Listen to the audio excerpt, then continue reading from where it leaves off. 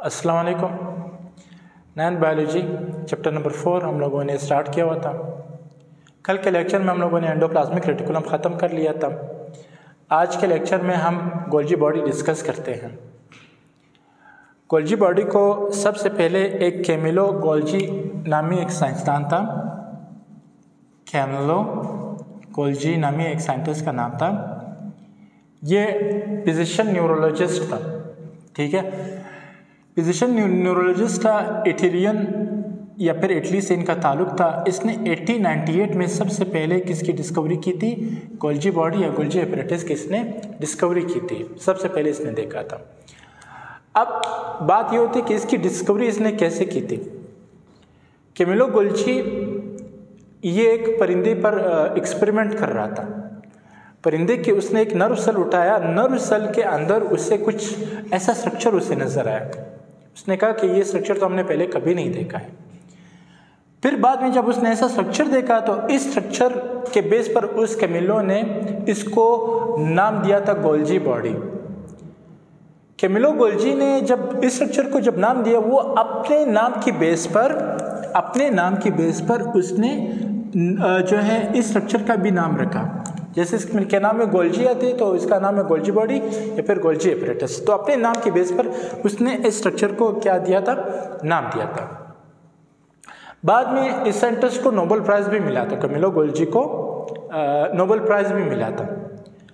साथ साथ में उसने ये भी बताया कि ये जो आपको गोल्जी बॉडी है, गोल्जी बॉडी आपको हर यूकैरियोटिक सेल में आपको नजर आएगा।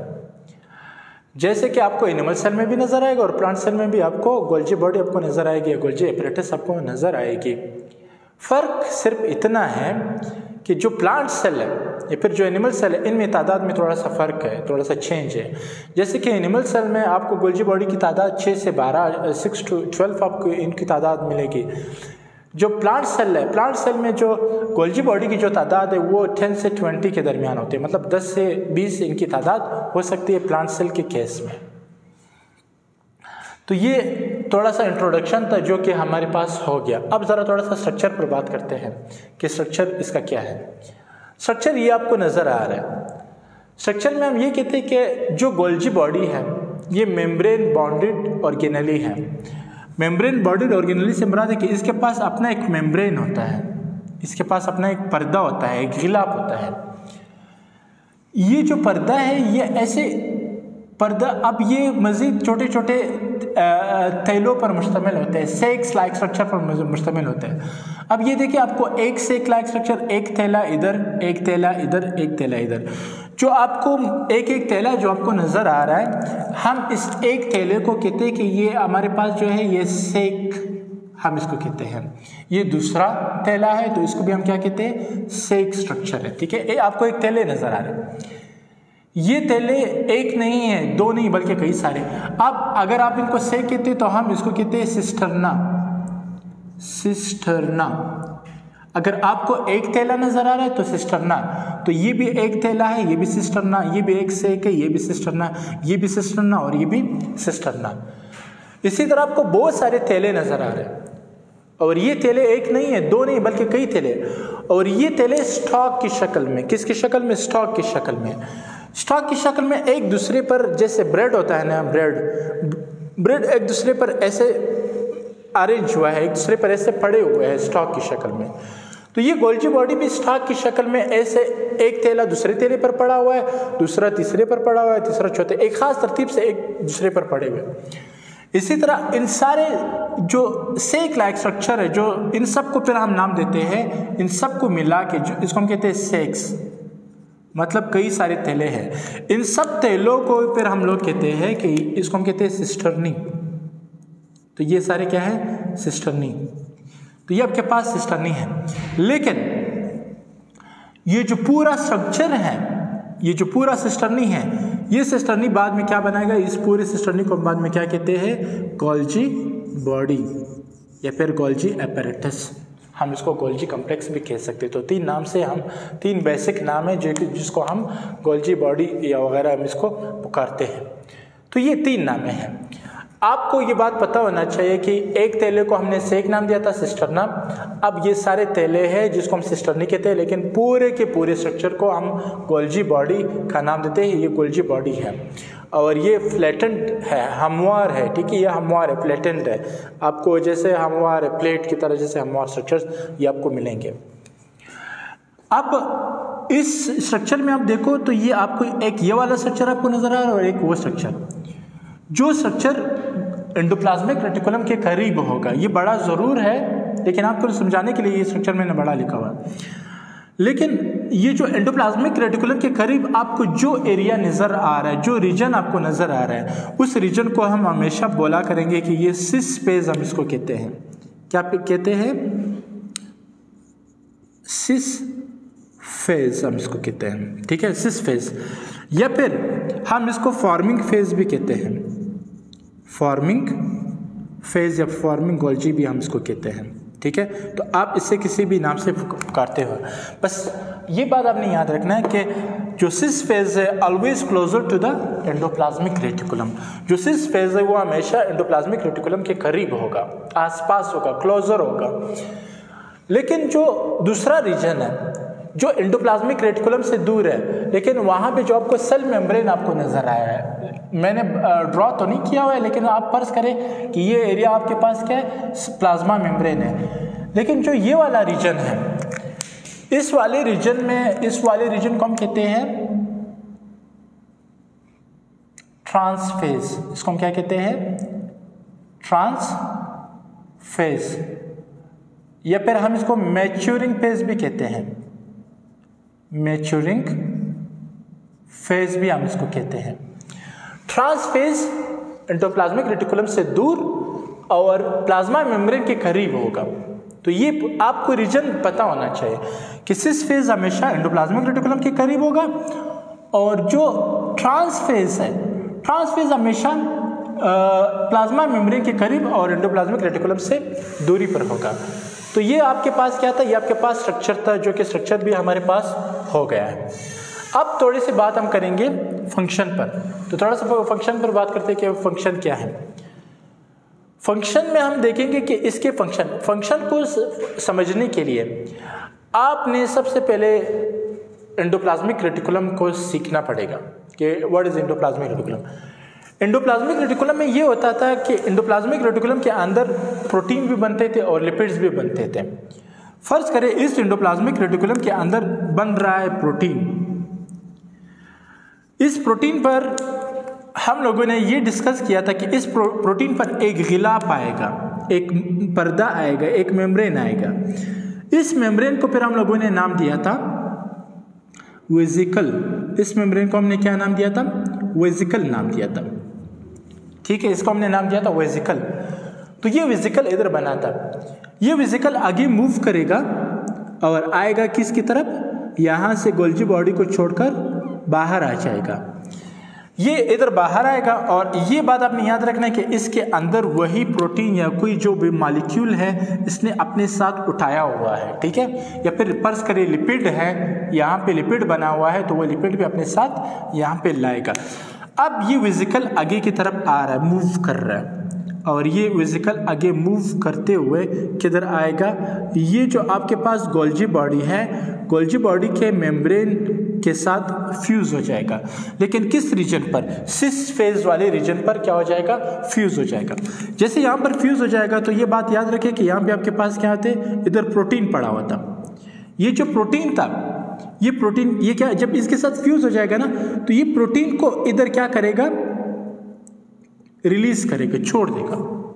अब प्रोटीन वगैरह फर्ज करें इधर आ चुके हैं, या फिर आपकी या फर्ज करें यहाँ पे लिपिड भी आ चुका है जो कि बना था एंडोप्लाज्मिक रेटिकुलम में, और मूव करते हुए किधर आया? मूव करते हुए आया है आपके पास लिपिड वगैरह मूव करते हुए आया कहाँ है? गोल्जी बॉडी की तरफ आ चुके हैं, और इसने यहाँ पे फ्यूज कर दिया। फ्यूज करते वक्त जो ये वेसिकल का जो मेम्ब्रेन है, ये वेसिकल का मेम्ब्रेन इस गोल्जी बॉडी के साथ क्या हो जाएगा? फ्यूज हो जाएगा, और इस गोल्जी बॉडी के मेम्ब्रेन का हिस्सा बन जाएगा। तो ये गायब नहीं होता है, लेकिन ये दरअसल इस मेम्ब्रेन का हिस्सा बन जाता है। लेकिन इसका काम यही था कि इसने जो मॉलिक्यूल्स थे जो उधर बने थे, चाहे वो लिपिड हो, चाहे वो प्रोटीन हो, चाहे वो कुछ भी हो, जो उधर बने थे, उन मॉलिक्यूल्स को कहाँ तक पहुँचाना, उन मॉलिक्यूल्स को गोल्जी बॉडी तक पहुँचाना, ये इसकी ड्यूटी थी।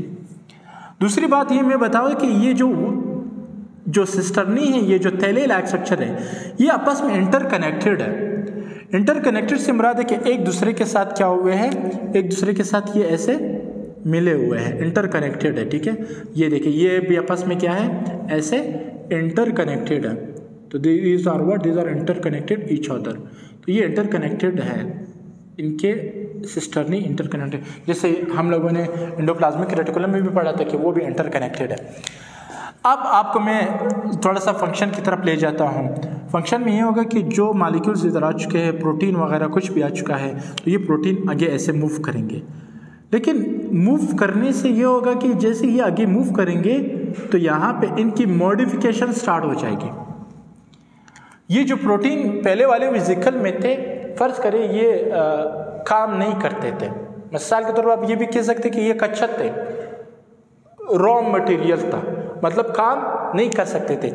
लेकिन वो रॉ मटेरियल पर इधर मॉडिफिकेशन स्टार्ट हो जाएगा। मॉडिफिकेशन से मुराद है कि इस पर काम हो जाएगा, इसको मॉडिफाई किया जाएगा। तो इन मॉलिक्यूल्स को यहाँ पे गोल्जी बॉडी में ही क्या किया जाता है, मजीद मॉडिफिकेशन इसको मिलती है, यहाँ पे मॉडिफाई किया जाता है। उन प्रोटीन को जो उधर रॉ मटेरियल था, यहाँ पे उन प्रोटीन को काम के लायक बनाया जाता है, उनको ऐसे बनाया जाता है ताकि वो आगे जाके काम करेंगे। अब यहाँ पे क्या करेंगे, तो मॉडिफिकेशन। तो फंक्शन में सबसे पहले आपके पास क्या आ रहा है, मॉडिफिकेशन आ रहा है। तो फंक्शन में, चलो फंक्शन में आपको लिखवाता भी हूँ। फंक्शन में सबसे पहले होती है मॉडिफिकेशन होती है, मॉलिक्यूल्स की क्या होती है, मॉडिफिकेशन होती है। ठीक है, मॉडिफिकेशन जैसे इधर होती है। ठीक है, रॉ मटेरियल ज़्यादा मॉडिफाई हुआ। अब जो प्रोटीन्स वगैरह हैं या फिर जो लिपिड्स वगैरह हैं, उन पर एक स्पेसिफिक मेम्ब्रेन आ जाता है। यहाँ पर इस पर भी एक स्पेसिफिक मेम्ब्रेन आ जाता है, और जो प्रोटीन के मॉलिक्यूल्स थे जो मज़ीद मॉडिफाई हुए हैं, मॉडिफिकेशन के दौरान इस पर भी क्या आ जाता है, एक ख़ास मेम्ब्रेन आ जाता है। इस मेम्ब्रेन का काम है कि इसको पहचान देना, इसकी शनाख्त आगे जाके लोगों को बयान करना कि भाई इसकी शनाख्त ये है। आप ये बात कर सकते हैं कि इसको कंपनी देना। तो यहाँ पे कंपनी का काम क्या, कंपनी का काम ये है कि पैकेजिंग। तो यहाँ पे जो होता है वो है पैकेजिंग। पैकेजिंग कब होता है, जब मॉडिफिकेशन के बाद इसमें पैकेजिंग हो जाते हैं। तो दूसरा काम इसका है पैकेजिंग। पैकेजिंग इसका दूसरा काम है। पैकेजिंग में जो मॉलिक्यूल्स है उसकी पैकिंग हो जाती है। अब पैकिंग के दौरान भी इधर क्या बन जाते हैं, वेसिकल्स बन जाते हैं। तो जब भी मेम्ब्रेन आ जाता है, मेम्ब्रेन के दौरान फिर हम इसको कहते हैं कि ये वेसिकल बना। ये क्या बना, ये हमारे पास वेसिकल बना। तो ये भी बना हमारे पास वेसिकल, ये लो इधर भी हमारे पास वेसिकल बना। अब ये वेसिकल आगे मूव करेगा ऐसे, आपके पास ये देखिए, ये इधर आपके पास वेसिकल बन गए। ये वेसिकल अब यहाँ पे ट्रांसफेस वाले रीजन में ऐसे फ्यूज़ हो जाएगा, और फ्यूज़ के बाद ट्रांसफेस इसको सिक्रीट करेगा। सिक्रीट से मुराद साइटोप्लाज्म वाले एरिया में इसको रिलीज़ करेगा। फर्स्ट करिए साइटोप्लाज्म वाली एरिया है, तो साइटोप्लाज्म वाले एरिया में इसको रिलीज़ करेगा। तो चलो ये आए, चलो ये सेल है, फर्स्ट करिए ये सेल है, ये सेल मेम्ब्रेन है या फिर प्लाज्मा मेम्ब्रेन है। तो यहाँ पे साइटोप्लाज्म वाले एरिया में ये वेसिकल यहाँ पे क्या हो चुका है, रिलीज हो चुका है। अब आपको मैंने एक और बात भी बताना मैं भूल गया, जो कि मैं अभी आपको बताता हूँ। कभी कभार क्या होता है, जैसे कि यहाँ पे आपको लिपिड है ना, कभी कभार ऐसा होता है कि ये जो लिपिड्स है, ये जो, अच्छा इसको मैं नाम, ये वाला मैं आपको इधर समझाता हूँ। फर्ज करिए ये लिपिड है, ये लिपिड आ जाते हैं प्रोटीन के साथ मिल जाते हैं। हम कहते हैं कि प्रोटीन और लिपिड्स आपस में मिल गए। मिलने से मुराद है कि इनके बॉन्ड आपस में रिएक्शन कर गए, इनकी बॉन्ड आपस में मिल गए हैं। ठीक है, बॉन्ड आपस में बन गया है। तो लिपिड और प्रोटीन जब आपस में मिल जाते हैं तो ये बना लेता है लिपोप्रोटीन। प्रोटीन। हमने नाम लिपोप्रोटीन इसलिए दिया कि यहाँ से लिपिड और प्रोटीन आपस में मिल गए हैं। इसको हम कहते हैं कंजुगेटेड मॉलिक्यूल्स। तो इस प्रोसेस को हम कहते हैं, इसको अच्छा ऐसे अमल को हम कहते हैं प्रोसेसिंग। तो ऐसे हम कहते हैं प्रोसेसिंग। ये जो प्रोसेसिंग का मरहला है, ये जो नए नए चीज़ें बन जाते हैं, इसको हम कहते हैं मैन्युफैक्चरिंग। मैन्युफैक्चरिंग हम इस प्रोसेस को हम मैन्युफैक्चरिंग भी कहते हैं। तो आप प्रोसेसिंग कहो, क्या कहो, प्रोसेसिंग, या फिर मैन्युफैक्चरिंग भी आप इसको कहते हैं। मैन्युफैक्चरिंग से मुराद है कि नए चीज़ें बन जाते हैं, नए चीज़ें बन जाते हैं। तो लिपोप्रोटीन है तो वही पुरानी चीज़, लेकिन थोड़ा सा मॉडिफाई किया जाता है, थोड़ा सा चेंज लाया जाता है मॉलिक्यूल्स में। तो प्रोसेसिंग भी होता है कि आपके पास जैसे लिपोप्रोटीन बना, दो मॉलिक्यूल आपस में मिल गए, एक नया चीज़ आपके पास बन गए।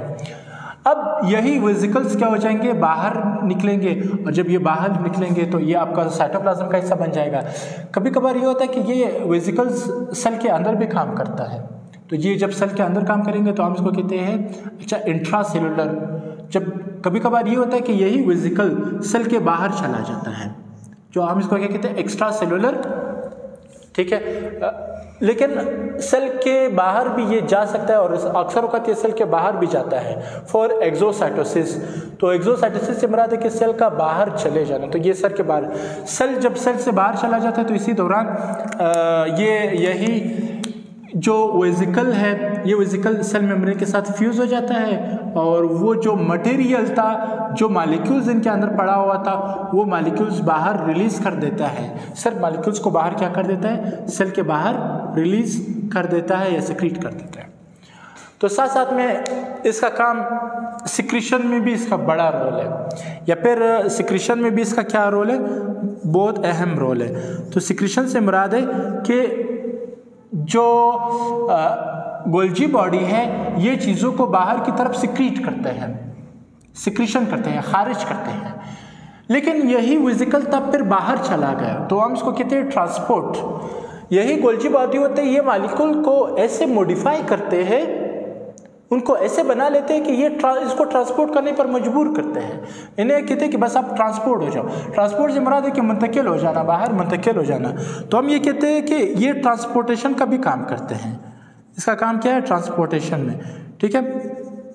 ट्रांसपोर्टेशन में भी इसका बड़ा रोल है, ठीक है। ट्रांसपोर्ट में भी इसका अहम रोल होता है, ठीक है, ट्रांसपोर्ट में।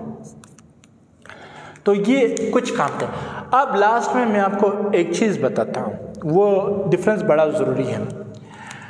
वेसिकल इधर भी बना था, वेसिकल इधर भी बना था, और वेसिकल इधर बाहर भी गया, ठीक है, साइटोप्लाज्म के अंदर भी आया।